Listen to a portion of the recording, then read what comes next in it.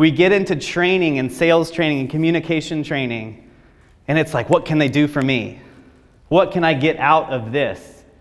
We get into networking. Here's a business card. When can we meet? When can we talk? Not every conversation is a transaction. We go into the conversation with this huge expectation of what am I going to get out of this one conversation?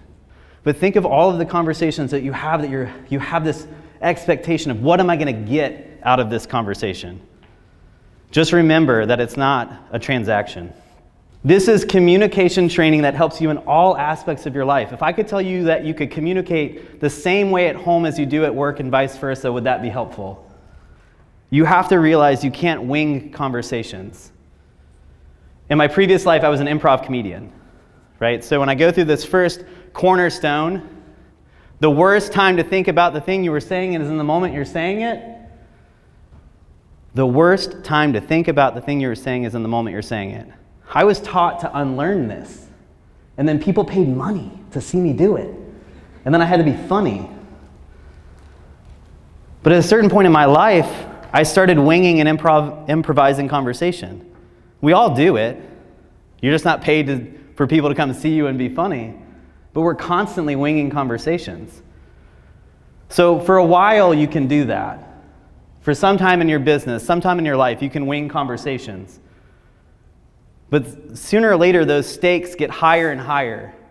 Think of the conversations and the opportunities that you have that you are winging on a regular basis. And you can stop it. Just give intentional thought. The worst time to think about the thing you're saying is in the moment you're saying it. You have to identify your critical conversations. The intentional thought that you bring to these critical conversations that happen all of the time can change your world. I mean, just when they happen, how often they happen, and how prepared you are when you show up has a direct and lasting impact on your success. As real estate agents, you hear, how's the market? You get blindsided by that question, you're in the wrong business. If you're a CPA and somebody asks, well, how can I do better on my deductions? And you're blindsided by that question, you're in the wrong business. These are critical conversations that you're having on a regular basis. But ask yourself, what is a critical conversation that you're in your life that you can add intentionality to? I'm just talking 30 seconds, 2 minutes, 5 minutes of intentional thought of this is how my relationship is with this person.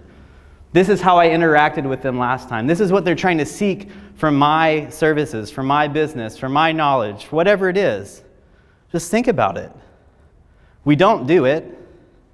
I never did it. But if you can think about a critical conversation in your life that you need to add intentionality to, the takeaway that I would ask you to do, and you can write down on your paper right now, you know who it is, write it down. That's your 3 p.m. phone call. That's on your calendar that you know you have with Fred about his office location. That you have it as 3 p.m., I'm going to call Fred, Fred's going to call me, and you're not going to add any intentionality to that conversation. You could be batting 1,000 your entire day, and that's what's going to derail your day, is a 3 p.m. phone call. You want to make sure that you give each interaction or conversation the intention it deserves. So think critical conversations, common objections, and later today. Just simple intentionality that you add to your interactions will make all of the difference. Remember that people do things for their own reasons and not yours. Could it be possible in a room of all these people that there's a reason that you're holding on to that no one else knows about that could completely change the trajectory of your life or the relationships with the people that you work with? Yes? Somebody's on monster.com, they're like, no. What? There's something going on in your life that maybe you're not sharing or you don't know if you want to share with someone else. You have to think that there's other people that are doing the exact same thing. And that's why it's important for you to collect the truths to add the empathy. Before you start making a recommendation about what they should do, don't just be the advice giver. It's based on the fact that you said this, this, and this, I think you should do this. Put yourself in a place of hearing what they're actually going through. Because believe it or not, you might hear something that you weren't aware of. Isn't that novel? That's one of my favorite pictures of all time. That's my daughter, Amelie, and that's me with my puffer vest, which I will break out soon. Thank you. Hello, pumpkin spice. So, in this picture, who do you think is in control of this conversation? How many people think her? Raise your hand. Okay. It's me. But if I told you that she's doing 80% of the talking, and I'm doing 20% of the talking, what do you think the 20% is? And? Listening and? Questions. The person asking the questions controls the conversation, but it doesn't mean that you control the length and the life of the conversation. People that work for you, the customers, the people that you're interacting with, people at home, right? What do you need to be doing just to be asking more questions? It takes no energy to ask questions. Every question you can think of, because questions lead to conversations that form relationships, that lead to opportunities, that create the courage to act. But I can tell you, because I ask myself questions, because I have better conversations, because I have better relationships, I can just rattle off the positive. It's hard for me to find the negative. And I can tell you that's a liberating feeling. It's not just like feels okay, it feels amazing. It feels amazing to think to myself that the things that could go wrong in this moment on this stage, I'll deal with. And I'll find the positive of it. I'll find the thing that can make me feel okay about what happened, or just process the fact that it didn't go as well as I thought it would.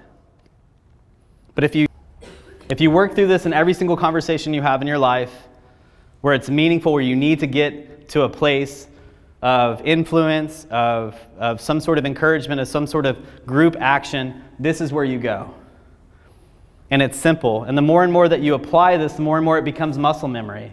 The more and more you get wired to do this. One of the hardest and best conversations I had with my wife was talking to her about how I was trying to be better at this. Because it's not easy to admit, hey, listen, I haven't been great at something. But it helps bring in that person that you're trying to communicate better with to be on your side. But also celebrate your victories. That's the best mindset to have when you get shot down in something or you have a bad interaction with somebody. I can't wait for the next conversation. That's when you know you've managed all of your expectations and you've gone through this. I cannot wait to do this again, even when you fall flat on your face.